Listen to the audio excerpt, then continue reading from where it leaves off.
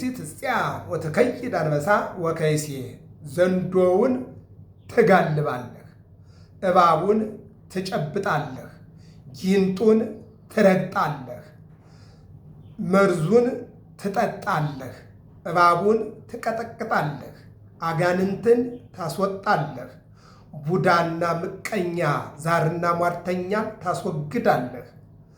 ይልቁንም ዘንዶውን ጋልበህ ከሀገር ወደ ሀገር ከተራራ ወደ ተራራ ታገለግላለህ፣ በደመና ውስጥ ትራመዳለህ።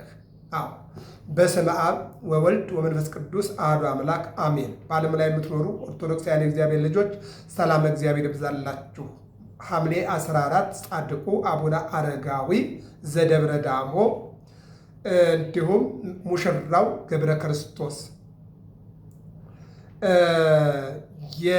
የዳዊት መዝሙር 90 ቁጥር 13 ዘንዶውን ትጋልባለህ፣ እባቡን ትጫማዋለህ፣ ይልቁንም ጊንጡን ትረግጣለህ፣ አጋንንትን ታስወጣለህ፣ ዛር ሟርት ጠንቋይ አስጠንቋይን ታስወግዳለህ፣ ጣዖታትን ትሰባብራለህ የተባለው አምላካዊ ቃል ይፈጸም ዘንድ ይህ ሁሉ በቅዱሳኑ ላይ ተደረገ።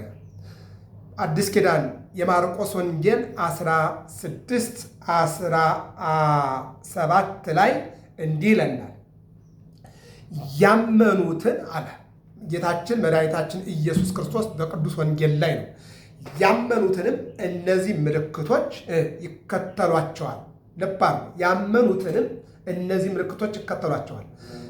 በስሜ አጋንንትን ያወጣሉ፣ በአዲስ ቋንቋ ይናገራሉ፣ እባቦችንም ለቀም አድርገው ይይዛሉ፣ ይጨብጣሉ፣ ጊንጡንም ይረግጣሉ፣ አጋንንትን ያስወጣሉ።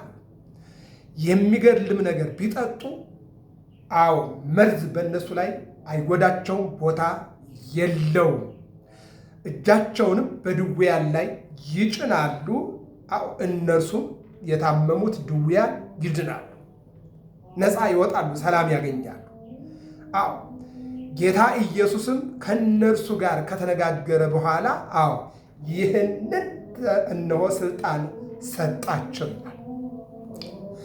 እንደሚታወቀው ባህር እሳት ነው።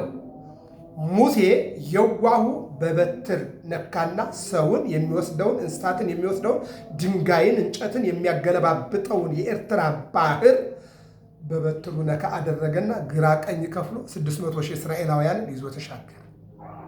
ይህ ነው እኮ ዘንዶውን መጋለም ማለት የሞላ ባህር መጋለም ማለት እኮ ማዕበሉን ሁሉ ማዕበልከ ወሞገድከ እንተ ላዕሌ ሀለፈ መዓልተ ይነግር እግዚአብሔር ወሌሊት እነሆ እግዚአብሔር አምላክ ነውና ማዕበሉ ነፋሱ ወጀቡ በእኔ ላይ እንዲያልፍ ማን አደረገ? እግዚአብሔር አደረገ አለ ዮናስ። ዳዊትም ተናገረ ሶበ ቀብጸት ነፍሴ የተዘከርኩ ወለ እግዚአብሔር፣ ነፍሴ በዛለች ጊዜ እግዚአብሔርን አሰብኩት። እሱ ግን ከላይ ውሃ ከታች ዓሣው ሆድ ውስጥ እኔ ሆኜ 3 ቀንና 3 ሌሊት ማዕበሉን በእኔ ላይ አሳልፈዋል። እግዚአብሔር አሳላፊ ነው። ዓሣ ዘንዶ ነው። ዘንዶውን እነሆ አቡነ አረጋዊ እንደጋለቡት ዮናስ የዓሣውን ሆድ ውስጥ ጋለበው።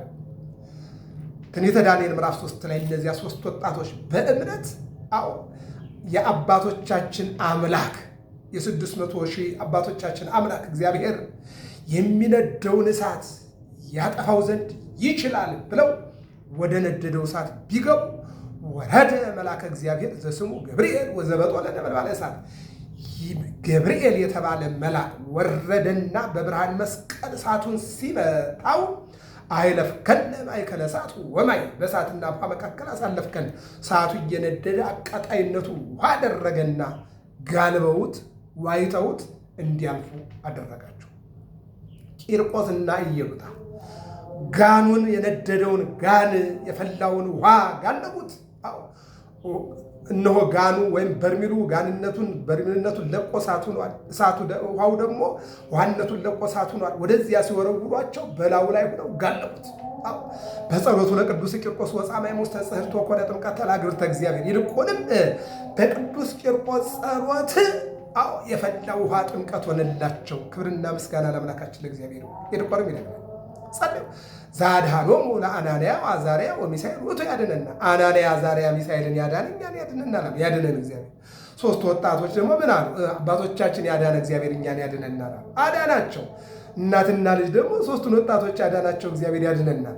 እነዚያ ሶስት ወጣቶች ደግሞ አባቶቻችን ያዳነ የኤርትራን ባህር ጋልበው እንዲሻገሩ ያደረገ እኛን ደግሞ እሳቱን እንድንጋልበው ያደርገናል። ወዳጅ ፈረስ ብትጋልብ በቅሎ ብትጋልብ አይደነቅም፣ እንስሳ ነውና።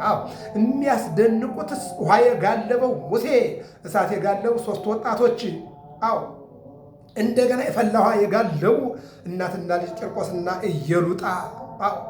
ይልቁንስ ሌላ እንመልከት እስቲ። ቅዱስ ጳውሎስ 3 ክንድ እባብ እጁ ላይ ተጠምጥሞ ጋለበና አውስጦ ጣለው። ኦሪት። ይልቁንም ከዚህ በላይ ጻድቁ አቡነ አረጋዊ ከሮም መጠው ደብረ ዳሞን ወደው ስር ላይ ሆነው ሲጸልዩ የእግዚአብሔር መልአክ ቅዱስ ሚካኤል መጣና አባ ምን ፈልገህ ነው አላቸው። ላይ ወጥቼ እየጸለይኩ የኢትዮጵያን ሕዝብ ከእግዚአብሔር ጋር ማማለድ እፈልጋለሁ፣ መጻሕፍትን መተርጎምና ሕዝቡን ማስተማር እፈልጋለሁ። ላይ ሆኜ ከፍ ብዬ ከሰማይ በታች ከምድር በላይ ከፍ ብዬ የኢትዮጵያን ሕዝብ ከአምላኩ ከእግዚአብሔር ጋር ማገናኘት እፈልጋለሁ። እነሆ ዘንዶ ይመጣልሃል። ምን ነው ጋልቦ መጣ። ዘንዶ ለቀ። እስቲ ሙሴን እንየው። ዘጸአት ምዕራፍ 4 ላይ እነሆ በትርክን ጣላት አለ። ጣላት እባብ ሆነች። ያዘዋል። ለቀም አደረገ። አየው። ማን ያስተማር? አምላካችን። ለቀም አደረገ። ሙሴ ጋለበው። ፈርዖንን እኮ ውሃ ውስጥ የጣለው በዛ እኮ። ጻድቁ ቀና ቀና እያሉ ሲመለከቱ ዘንዶ 60 ክንድ የሚገርም 15ቱ ከኋላ 15ቱ ከፊት 30 ማለት ነው። 30 መሀል ላይ ወገቡ ላይ ያዘውና ተጠመጠመ። በዚህ ተራራ ላይ ወጣ። ዳህነኑ ዝስኳ አረጋዊ ጻድቁ ሄር በታምኑ ይህ እንዘ ሕፃን አረጋዊ ይለዋል። በ14 ዓመቱ ወደ ግብፅ መጣ ይላል። በ14 ዓመቱ ወደ ግብፅ መጣና ግብፅ ላይ የሚገርመው ነገር በሰላም በፍቅር ኖረ ብሎ ይተርካል። ይተርክና ምን ይላል? ግብፅ ላይ ባነበበው መጽሐፍ ላይ ኢትዮጵያ የምትባል ሀገር እግዚአብሔር እንዳለች መረመረና አወቀ ይላል። አወቀ። ካወቀ በኋላ እንደገና ወደ ሮም ተመልሶ 8 ቅዱሳንን ይዞ ሀገር እግዚአብሔር ኢትዮጵያ የምትባል ልጆቿን ወደ እግዚአብሔር የምትዘረጋ ምግባቸውን እግዚአብሔር ያዘጋጀላቸው ይልቁንም 44 ጊዜ በላይ በመጽሐፍ ቅዱስ ስሟ የተጠቀሰላት ሀገር እግዚአብሔር ዙሪያ በውሃ የታጠረች ይልቁንም ደግሞ የክብሩ መገለጫ የሆነች የቅዱሳኑ መኖሪያ የሆነች የመስቀሉ ማረፊያ የሆነች የቁርባኑ ማደያ የሆነች እስራኤል አየችው እንጂ አሻግራ ነው የምትመለከተው። ክቡር ስጋው ክቡር ደሙ በንጽህና በቅድስና በጾም በጸሎት የሚታደለው ኢትዮጵያ ላይ ነው። ኢትዮጵያ ላይ ይህንን ጥንቅቅ አድርጋ ዶግማ፣ ቀኖና፣ ስርዓትና ትውፊት ያላት ሀገር ብሉይ ኪዳንና አዲስ ኪዳን ሊቃውንት መነኮሳትን አንድ አድርጋ የምታስተምርና የምትፈጽም ሀገር እግዚአብሔር ወደ እሷ እንሂድ ብሎ ይዟቸው መጡ። አክሱም እንደደረሱ እነሆ ሁሉም በኢትዮጵያ ዞሩና በዓታቸውን ይዘው ሲቀመጡ ጻድቁ አቡነ አረጋዊ ወደ ደብረ ዳሞ በዘንዶ ፄው አረጋዊ ዳሞ በተመን ወጻለ። ጨው በተመን በሚዛን ተሸጠ ማለት ተመን ማለት ዘንዶ ማለት ነው። ጨው አቡነ አረጋዊ በዘንዶ ወደ ደብረ ዳሞ ወጣ ማለት ነው። ባለቀኔው እንዲህ ይናገራሉ አባቶቻችን። ስለዚህ እባቡን ትጨብጣላችሁ፣ ዘንዶን ትጋልባላችሁ። ጻድቁ ገብረ መንፈስ ቅዱስ እንመልከት። 60 አናብስት 60 አናምርት 120 አውሬ እኮ ነው። እነዚህን እኮ ነው ከጋለቡ። እኛ ዛሬ ምንም ነገር መጋለብ አልቻለም። እንደውም ይጋልበናል፣ ኑሮ ይጋልበናል፣ ቋንቋ ይጋልበናል፣ ችግር ይጋልበናል፣ መለያየት ይጋልበናል። የማይጋልበን ምን አለ? ሁሉ እየተነሳ ይጫለናል። ይህን ነው የሚነግረን። ስለዚህ ወር በገባ በ14 ጻድቁ አቡነ አረጋዊ ይታሰባሉ። በ14 ሁልጊዜ በወር ይታሰባሉ። ዘንዶውን ትጋልባለህ፣ እባቡን ትጨብጣለህ፣ ጊንጡን ትረግጣለህ። እጅህን በድውያን ላይ ትጭናለህ፣ ትፈውሳለህ፣ አጋንንትን ታስወጣለህ፣ ሙታንን ታውፅእ አጋንንትን ታወጣለህ፣ ተፈውስ ድውያንን ትፈውሳለህ።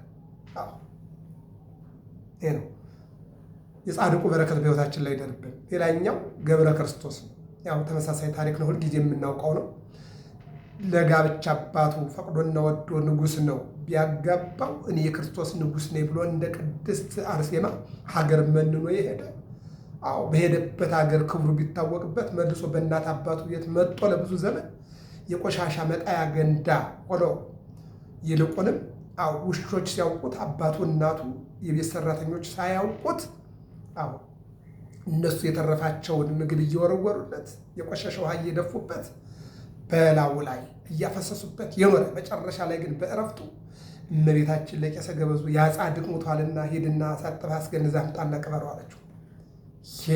ሲሄድ ከንጉሱ ደጅ ድሃ ሞቷል። የንጉሱ ልጅ ድሃው ነው። ሰራተኞች ሸረበተ በሰበሰ ብለው የሚጠሉትን እየበላ የእጃቸውን እጣብ እየደፉበት ሰራተኞች ተርፏቸው እየበሉ እሱ ግን እነሱን ትራፊ መጣያ ሆኖ ከርሞ በኋላ ሲሞት ግን ደብዳቤ ጥርሱ ላይ ተያይዟል። ቃየል አቤልን በገደለው ጊዜ ቃየል ሆይ ቀተለኒ፣ ቃየል ወንድሜ ገደለኝ፣ ቃየል ሆይ ቀተለኒ፣ ቃየል ወንድሜ ገደለኝ የሚል ጽሑፍ ተገኝቷል።